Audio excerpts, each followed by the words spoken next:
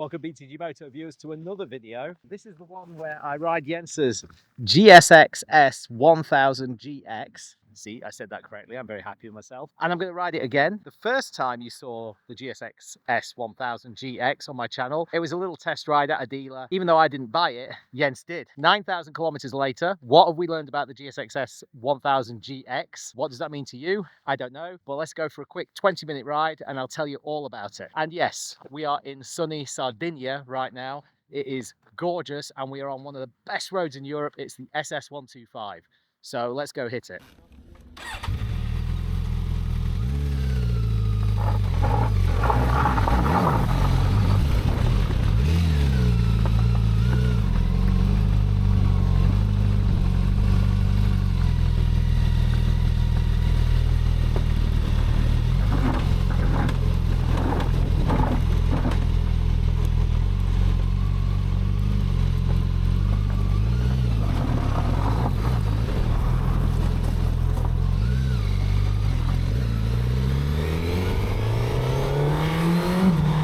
Okie dokie.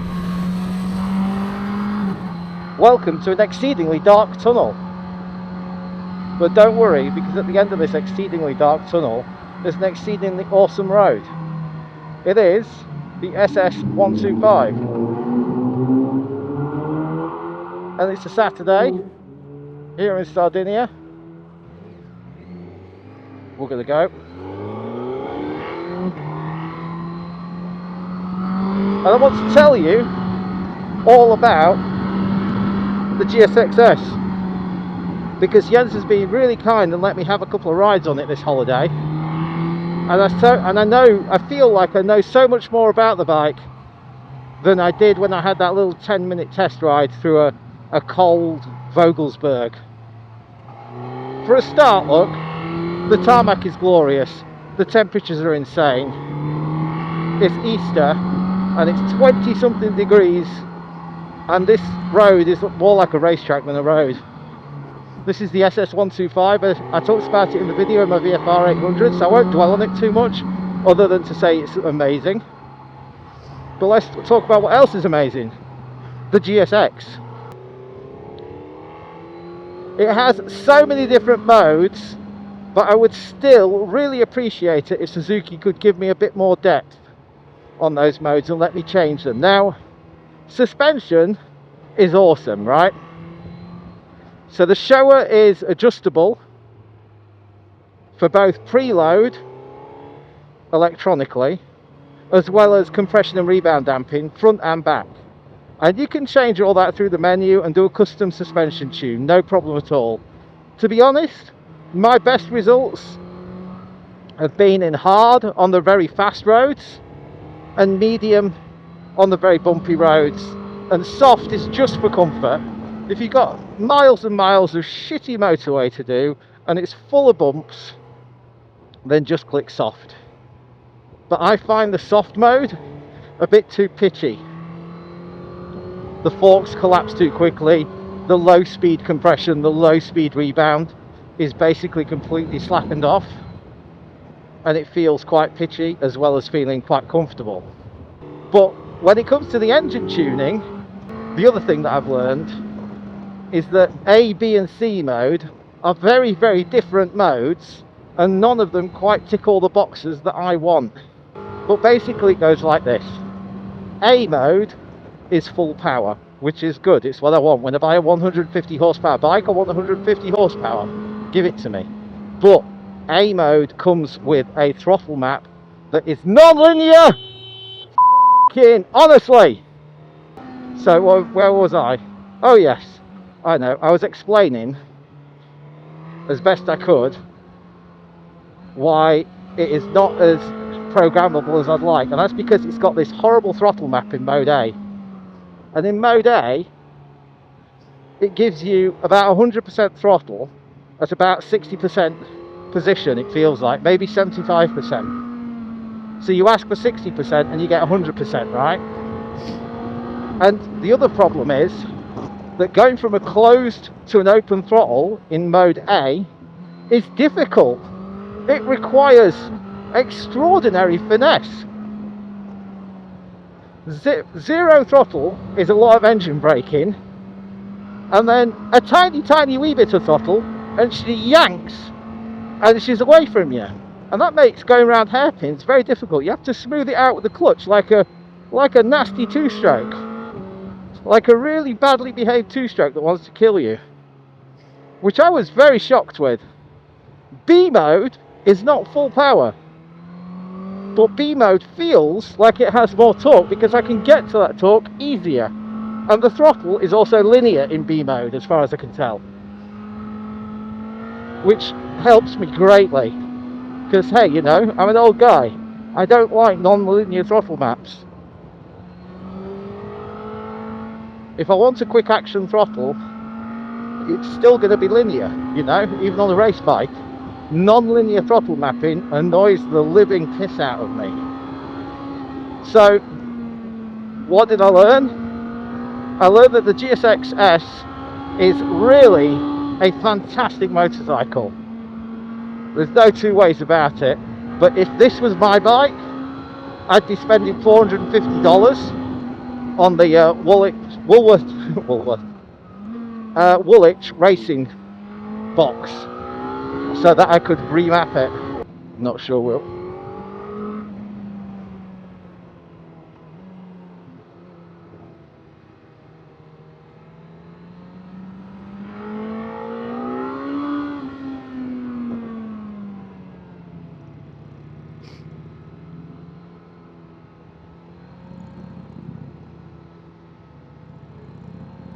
Oh, he's over the centre line a lot, isn't he? The Italians love a bit of centre line. He's not going to let me past.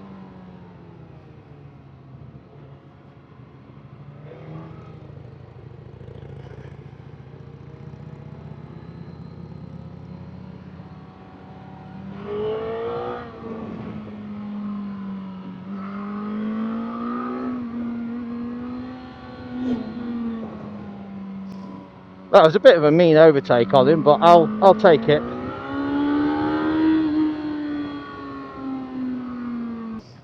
And as you can see, the comfort level on this bike, like, I don't just mean, is it comfortable to go a long journey? Yes, you could ride this 1,000 kilometers a day, but instantly you jump on it and the suspension just feels like it's your bike.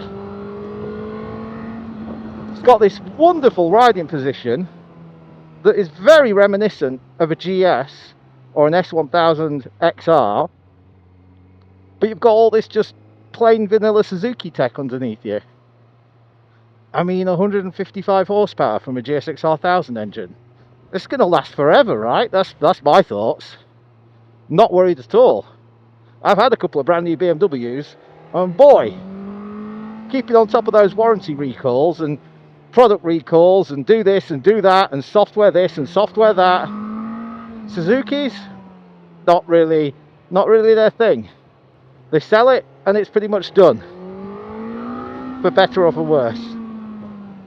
Having said that, of course, I am immediately talking about doing third-party software.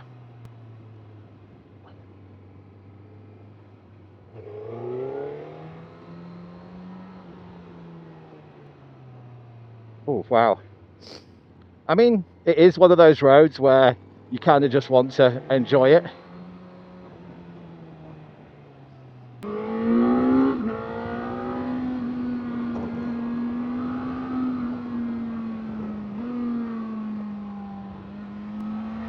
I totally understand when riders are just cruising along this road at 10 miles an hour.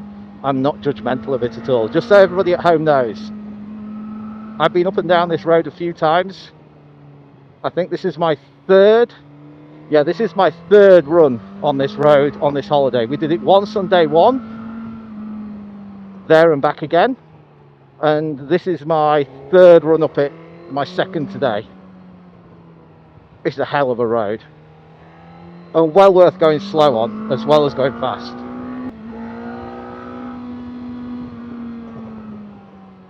These guys just cruising around on the white line though, it does my nut in. I mean, if you're gonna cruise, that's totally okay, but I don't get this whole hovering around on the white line in the middle of corners thing, you know. Go on, boys.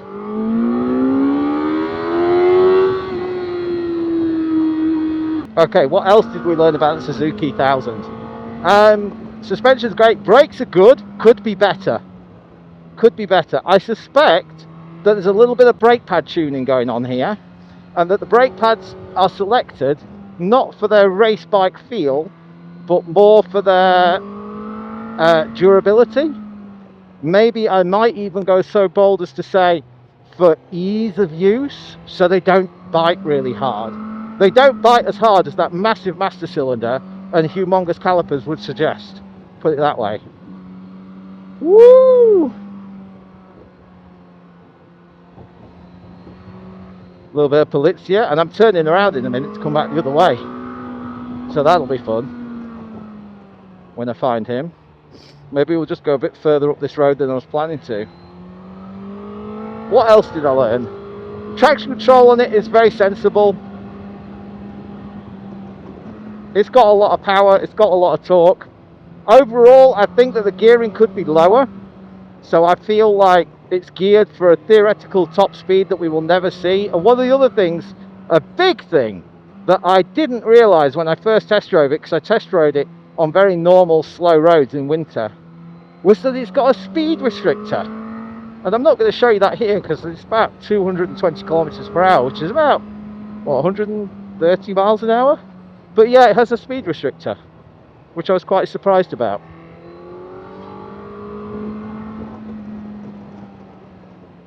So again, another reason to break out the Woolwich Racing, plug in a data lead and go to town. 450 bucks. If you've got access to a dyno, or even better, a man who knows how to do Woolwich and how to run a dyno, I bet you could have this thing feeling super sexy. Oh, this view. Okay, now we're going the other way, and the other way is, I think it's actually even more spectacular. Oh, look at the view, and look at all the trails. Totally have to come here with a dirt bike. It's got to be done. Bring the Touareg on some canobblies. I think that is on my to-do list.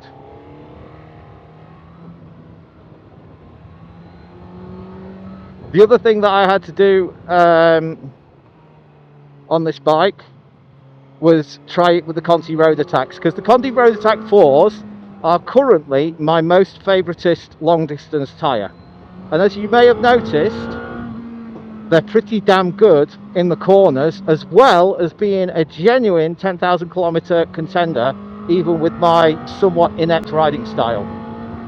My somewhat heavy-handed riding style still eked out 9,000 kilometers on the VFR 800 from my last rear, which is phenomenal, and fronts way over 10,000.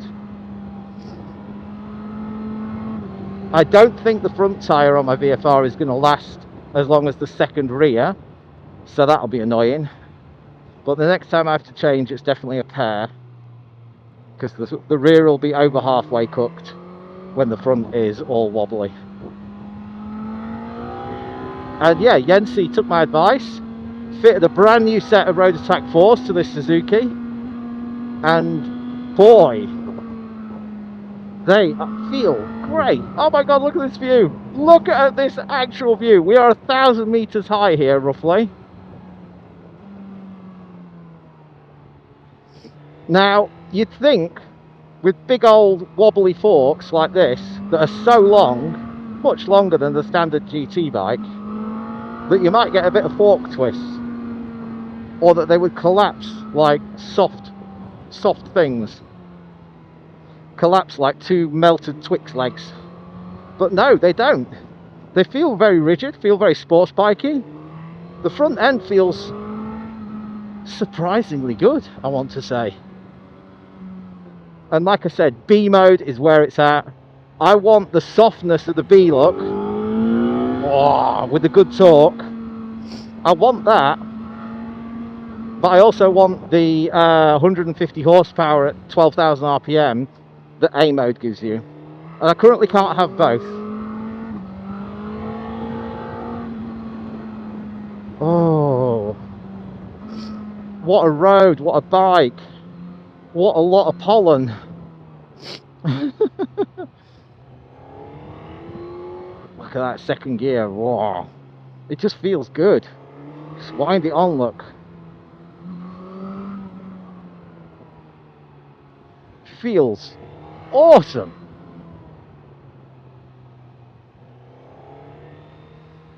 And we're just cruising, and I'm looking as innocent as possible, because these are not the forest police. I think that these, is this the local police or the forest police?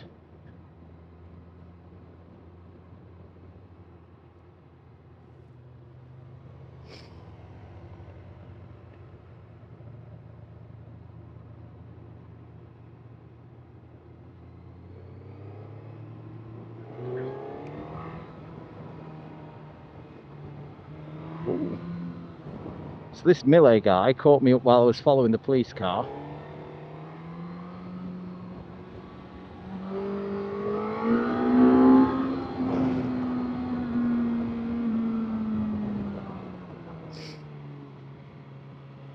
Looks like he knows which way this road goes, so let's follow, if we can. Woo! I do need to give Jens his bike back. I can't just hand it him back in a box of bits, or, you know, try and send him a message from the afterlife when I go over this cliff. Oh, this Billy's getting away from me. Oh, I don't know this road well enough.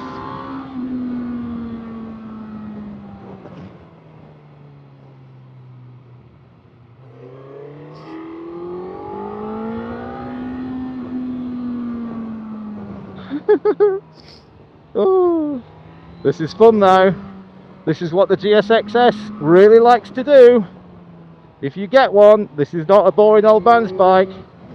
This is a bike full of verve and vigour and vim and many other things starting with V.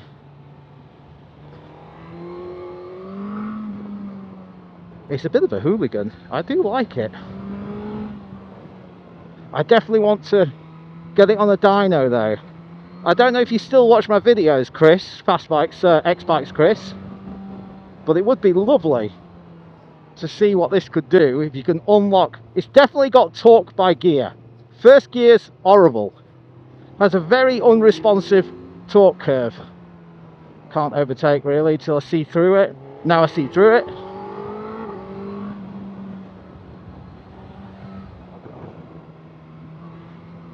Aprilia man had a real nice lead on me there. The string was never attached. Okay, let's do silly speeds and then silly brakes. Oh, I'm using the clutch, I don't need to. Quick shifter Dale, quick shifter. Second gear. Look, see what I mean? Second gear takes you to license losing speeds, right? It doesn't need to be that tall. I think if we drop the overall ratios and also took out that torque by gear, I think this bike would be a lot more drivable off third gear. Because certainly with a K5 motor underneath you, you would expect bags and bags of torque, right? That's what I would expect anyway. Woo! What a mega road. This Millie's getting away from me again. I think it's fair to say that Millie has got away from me. Look at the little mopeds going for it. But you see what I mean? We're using a lot of second gear there, aren't we? Maybe we could reduce the overall gearing, bring it down to somewhere close to that speed limiter, say 6 gear on the limiter at 250 theoretical, and then that would also give us third gear more accessibility for coming out these slower corners and give you a longer spread. And I want to say that if you remove the timing retard by gear, because it clearly has a different power map in each gear. Look, he's waiting for me, good lad. He was waiting for me, what a star.